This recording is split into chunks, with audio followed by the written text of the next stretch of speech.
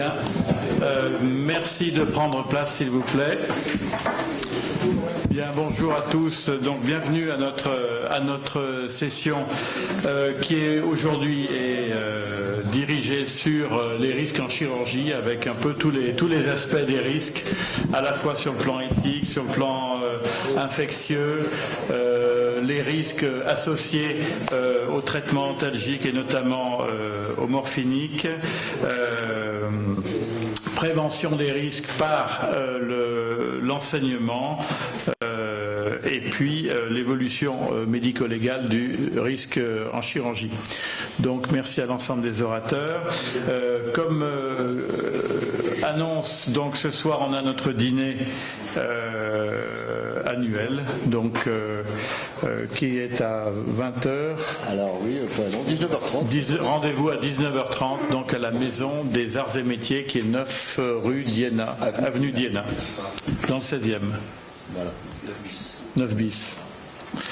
Très bien. Donc on va entendre le rapport de la séance précédente. Jean-Pierre Cossa. Alors, mes chers collègues, la séance de mercredi dernier était une séance commune avec le service de santé des armées. Elle s'est déroulée à l'école du Val-de-Grâce sous la coprésidence de Xavier Martin et de Sylvain Rigal. Éric Bay nous a tout d'abord parlé des brûlures radiologiques par contamination, qui sont des brûlures très problématiques, à la fois pour les rayonnements alpha et pour les rayonnements bêta.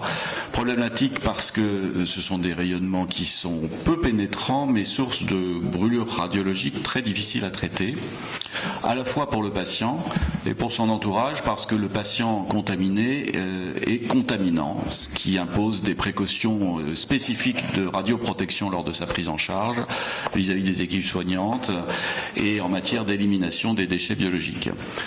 Philippe Montupet a à ce propos demandé quel était le protocole de chélation qui était associé. Celui-ci est basé sur l'EDTA, qui est systématique pour permettre l'élimination du radionucléide.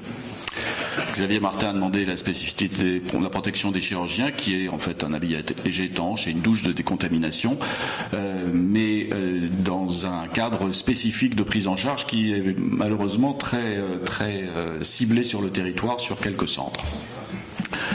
Tristan Monchal ensuite nous a présenté une analyse des traumatismes physiques chez les militaires français en opération, qui est une analyse qui en fait a été menée dans le cadre d'un registre de saisie systématique qui est opérationnel chez les Américains, qui ne l'est pas encore en France. Et ce registre revêt tout son intérêt sur l'analyse des blessures imposées à nos soldats au front, afin de mieux en préciser la portée sur le plan thérapeutique.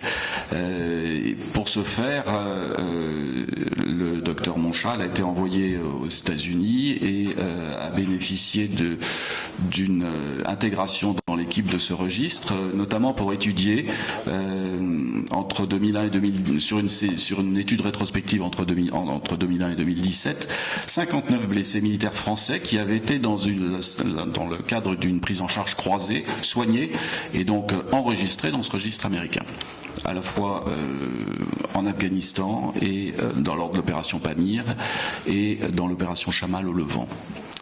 Voilà, tout ça pour dire qu'un registre français serait très utile pour mieux comprendre l'épidémiologie des blessures de nos soldats et améliorer les pratiques de soins au combat, à tous les échelons.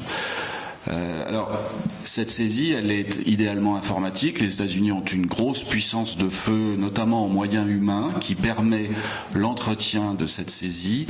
En France, ça n'est pas encore le cas, même si on en pressent la détermination.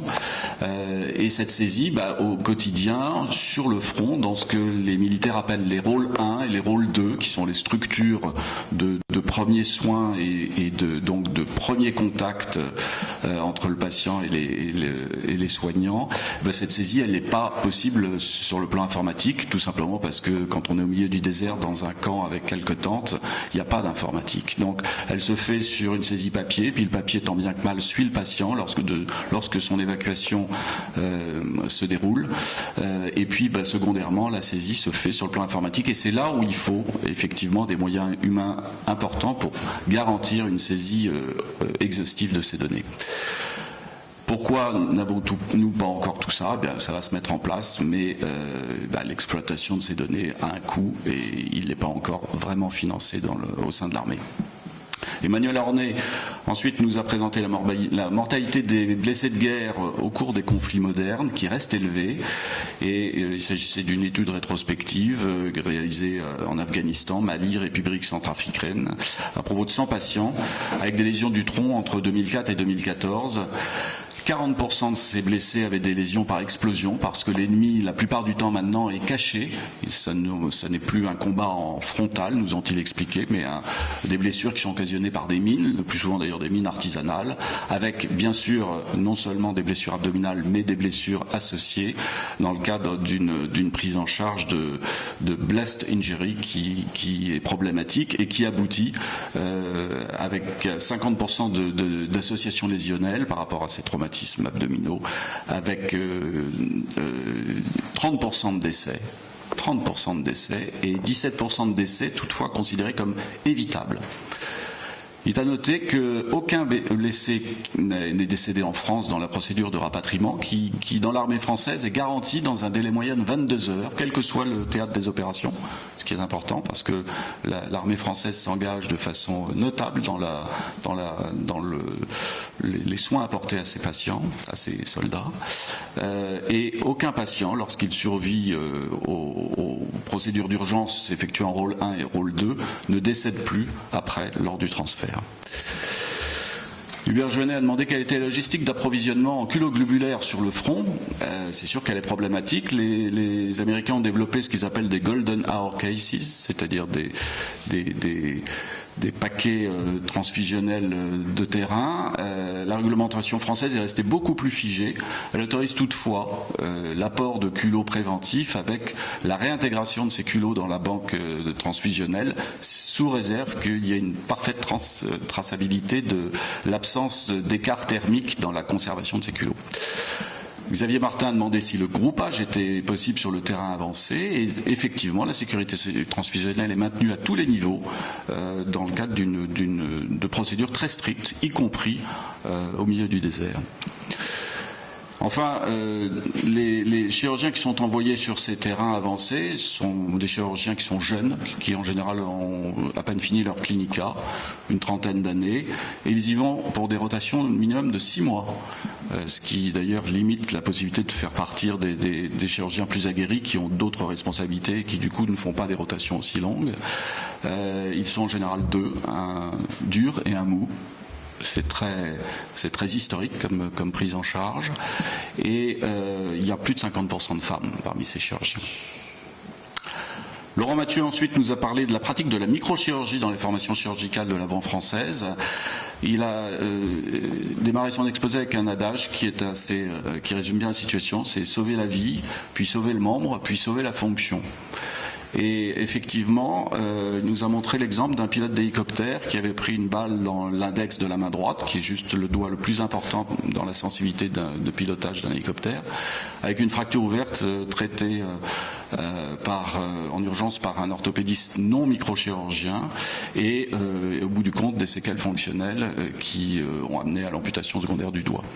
Les Américains ont d'ailleurs cette approche beaucoup plus pragmatique de dire si on en est à raisonner sur la fonction, autant aller sur l'amputation. Donc pas de chirurgien, pas de chirurgie, de microchirurgie sur le front. Les Français ont une approche beaucoup plus humaniste, puisqu'ils soignent aussi les populations.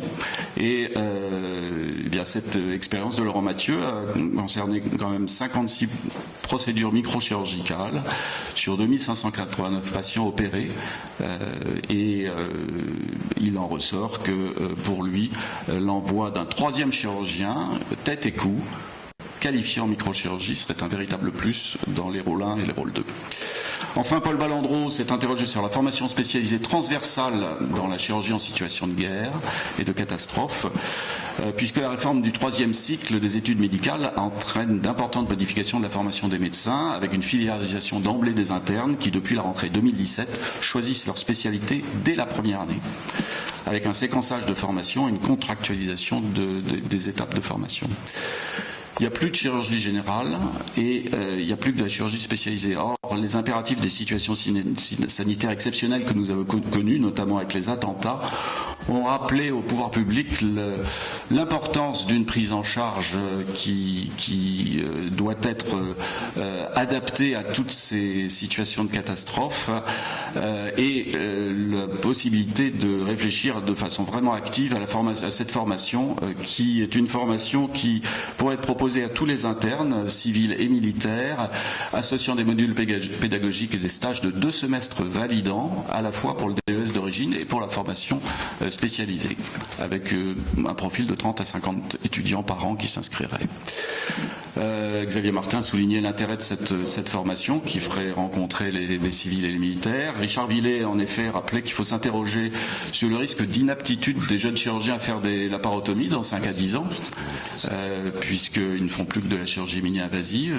Jean-Paul Richet a dit à ce titre qu'il fallait développer la même technologie SimLife qui a été fabriquée pour l'apprentissage de la cellule pour la laparotomie. Et ce d'autant que, le rappelait Hubert Joannet, l'accidentologie diminuant, l'accès à la chirurgie d'urgence formatrice se restreint. Enfin, Sylvain Rigal a conclu en rapportant qu'un stage systématique en situation humanitaire serait utile pour tous les internes. Mais cette procédure est complexe à mettre en place sur le plan administratif. Je vous remercie.